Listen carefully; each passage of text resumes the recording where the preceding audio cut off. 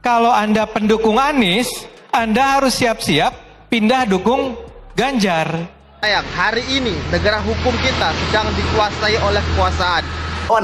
Ya, jadi pemilu jujur itu tidak dihasilkan melalui kampanye, tetapi melalui perlawanan politik dengan semiotik tadi itu, salam 4 jari itu. Lalu Jokowi panik, apalagi ini? Karena Jokowi nggak pernah berpikir bahwa anak-anak muda ini sebetulnya menunggu kesempatan untuk melakukan protes.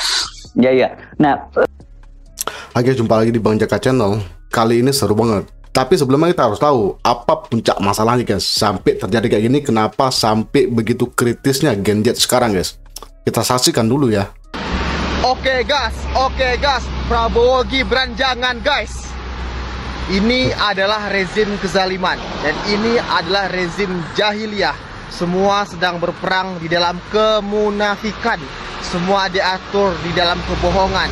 Konstitusi, presiden, semuanya berpihak kepada mereka dalam bentuk suatu tujuan kekuasaan. Dan ini Indonesia merupakan negara hukum, bukan negara kekuasaan. Namun sayang, hari ini negara hukum kita sedang dikuasai oleh kekuasaan. Masyarakat Indonesia hari ini sedang dipertontonkan dengan sebuah pertunjukan kemunafikan. Ayo teman-teman semua, sebarkan berita ini, sampaikan kepada orang-orang bahwa kita butuh pemimpin yang benar-benar mengerti akan perasaan kita, perasaan rakyat kecil. Penindasan, ketidakadilan dan ketidaksamarataan sedang kita rasakan. Para penguasa sedang berlomba untuk memenangkan Prabowo Gibran. Agar apa? Agar semua kebijakan kekuasaan yang mereka inginkan dapat terlaksana. Hanya Anies Rashid Baswedan lah nomor urut 1 calon presiden kita yang bisa mengatasi itu semua. Ayo teman-teman semuanya, mari kita bersatu semua masyarakat Indonesia. Ini adalah rezim kezaliman. Saya hari ini bersuara karena ingin menyampaikan kepada orang-orang tentang sebuah calon pemimpin yang benar-benar dibutuhkan oleh bangsa ini. Oke?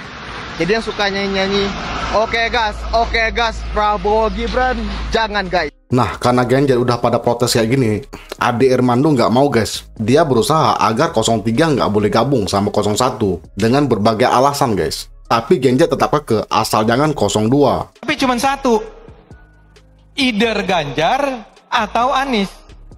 Maka di putaran kedua, Anda harus siap-siap kalau Anda pendukung Ganjar, Anda harus pindah mendukung Anies. Kalau Anda pendukung Anies, Anda harus siap-siap pindah dukung Ganjar. Ya, siap-siap aja. Dikurung. Tunggu. Sabar. Kenapa lo teriak-teriak apa? Nggak apa-apa pindah. Kira nggak mau.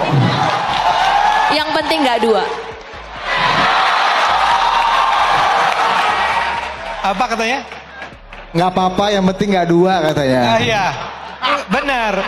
Buat saya tuh juga nggak apa-apa. Aduh. Ya, nggak apa-apa kalau Anda bergabung. Tapi siap-siap nih ya, kalau Anda pendukung PDIP yang keras gitu ya, Anda nanti akan harus siap mendukung PKS. Ya, nggak apa-apa. Iya. Makanya Rocky Gerung nggak mau tinggal diam. Dia juga ikut berkomentar, guys. Baca psikologi Ade yang masih itu juga tuh ingin membelah politik itu dengan soal-soal yang ideologis. Kan nggak mungkin PKS tidur seranjang dengan PDIP, yang satu agamis, yang satu sekuler. Oh ya, dalam keadaan normal begitu. Tapi politik kita lagi tidak normal. Sama-sama PKS dan PDIP itu disakiti oleh cewek-ceweknya Jokowi, kira-kira begitu tuh. Anies dan Ganjar itu sama kedudukannya, dua-duanya mau dianaktirikan dalam politik, bahkan mau disingkirkan sebagai keluarga dari politik demokrasi kan. Jadi bagi mereka nggak ada soal mau berkelahi berselisih secara ideologis itu nanti tuh. Yang penting bagi anak-anak muda ini peraturan permainan itu adil dulu, wasitnya adil dulu. Jadi bagi mereka ya Adek mau ngomong apa poinnya menghalangi PDIP bersekutu dengan PKS, kan nggak ada poin, kecuali dua-duanya merasa dijadikan pemain yang sama derajatnya dengan 02 kan. Jadi dalam keadaan ketidakseimbangan politik, teori Adek itu nggak ada gunanya tuh. Dan orang membaca ya Adek juga sebetulnya udah terdesak sehingga dia mesti berupaya untuk membelah lagi politik itu secara ideologis, yang PKS nggak mungkin ketemu dengan PDIP itu dengan nasionalis kan. Jadi gagal di situ. Kalau anak bilang gagal paham lu deh, kira-kira gitu.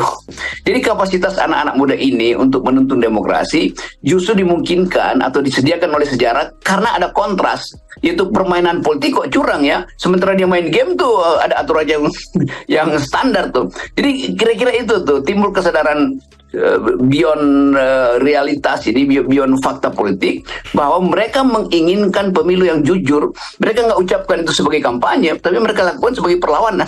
Jadi pemilu jujur itu tidak dihasilkan melalui kampanye, tetapi melalui perlawanan politik dengan semiotik tadi itu, salam 4 jari itu. Lalu Jokowi panik, apalagi ini, karena Jokowi nggak pernah berpikir bahwa anak-anak muda ini sebetulnya menunggu kesempatan untuk melakukan protes.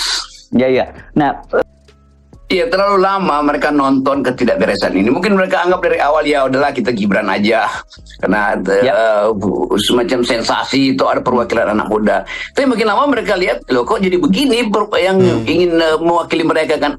Kan dia juga punya, anak-anak muda ini kan, Gen Z ini punya semacam pemimpin informal yang menuntun komunitas muda mereka tuh. Dan si pemimpin informal ini biasanya aktivis tuh, aktivis mahasiswa yang kadang-kadang baru semester 1 tapi mendengar percakapan politik di kampus, lalu dia mulai terangkan tuh bahwa iya Gibran klaim pro kita, tapi kita nggak mau diklaim, kira-kira begitu kan. Kata itu aja udah menimbulkan diskusi.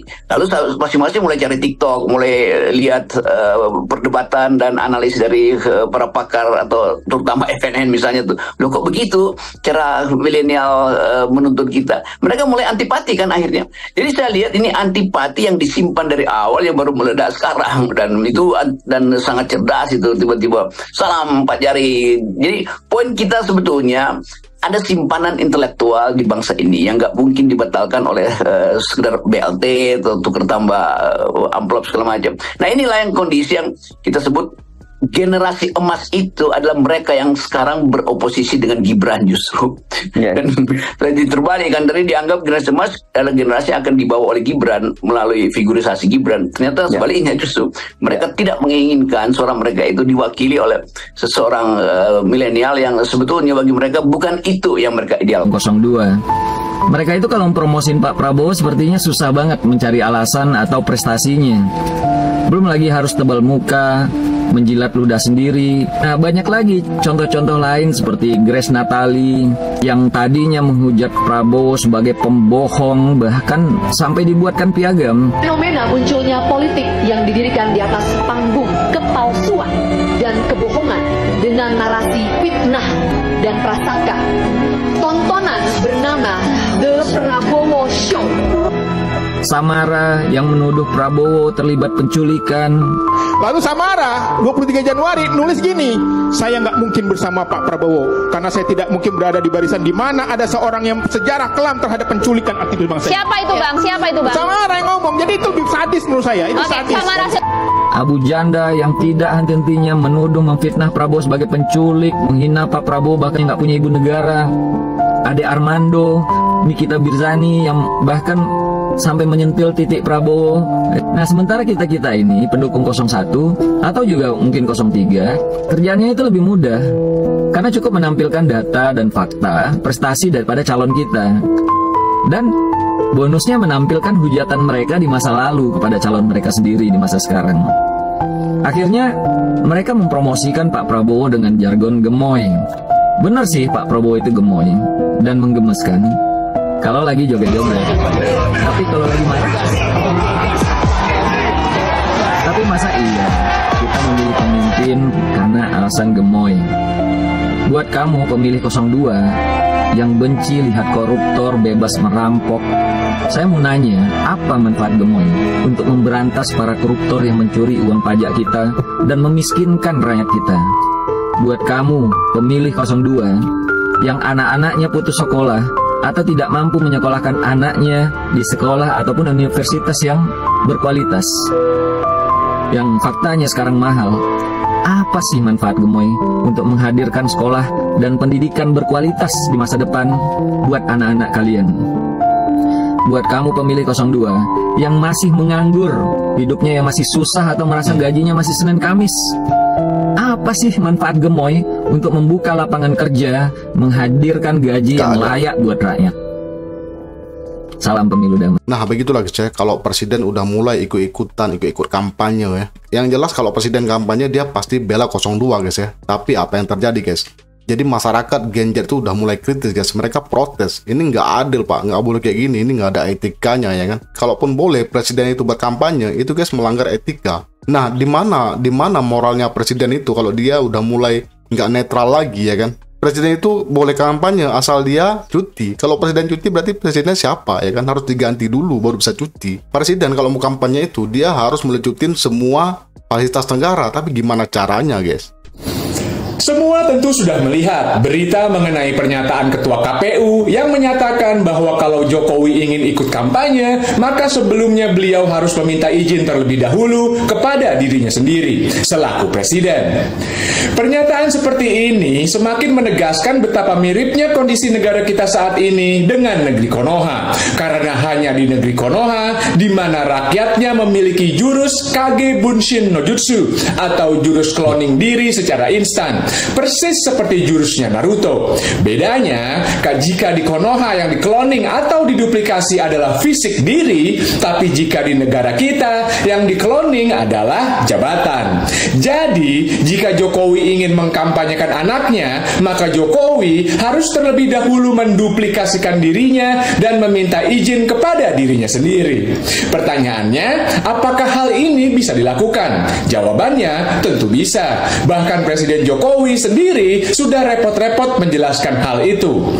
Tapi apa yang bisa dilakukan, bahkan dibenarkan oleh hukum dan perundang-undangan, belum tentu pantas dilakukan secara etika. Karena hukum dan undang-undang dibuat dan bisa dirubah sesuai dengan selera dan kepentingan. Tapi etika, dia selalu memandang sesuatu adalah baik atau buruk, benar atau salah, pantas atau tidak, dengan mempertimbangkan nilai-nilai, prinsip moral, dan tindakan dengan didasarkan kepada standar moral. Jadi kalau nanti Presiden Jokowi memutuskan untuk melakukan jurus Kage Bunshin no Jutsu untuk mengkloning dirinya sendiri, maka jelaslah sudah bagaimana kompas moral seorang Jokowi, maka jelaslah bagaimana nilai etika di mata beliau. Salam semangat antitesa 24. Nah nggak nyangka banget guys, ternyata harus pakai jurus itu guys ya, jurus mengkloning diri. Jadi pantas saja kalau Gen Z itu udah mulai kritis ya. Jadi Gibran yang seharusnya mewakili Gen Z, tapi Gen Z udah menolak guys. Karena kenapa bisa jadi kayak gini ya kan? Yang awalnya menerima sekarang udah menolak. Dan mereka tuh malah protes dan lebih kritis lagi guys dari gen-gen lain ya. Ini emang Gen Z ini mengeri guys. Karena negara Indonesia ini negara hukum. Kenapa jadi kayak gini ya kan? Mau diubah menjadi negara kekuasaan. Makanya Gen Z pada protes semua guys ya. Makanya di awal video sampai keluar kata-kata asal jangan 02. Nah, bagaimana menurut kamu? Silahkan berikan tanggapan, sanggahan, opini, dan kritik di kolom komentar. Semoga itu bermanfaat banget bagi kita semua dan menjadi referensi bagi kita semua guys. Oke guys, saya cukupkan videonya sampai sini dan terima kasih udah nonton hingga selesai. Sampai jumpa di video selanjutnya. Wassalamualaikum warahmatullahi wabarakatuh. Ciao, ciao, ciao, ciao, ciao, ciao, ciao. Begitulah guys ya sekarang ini.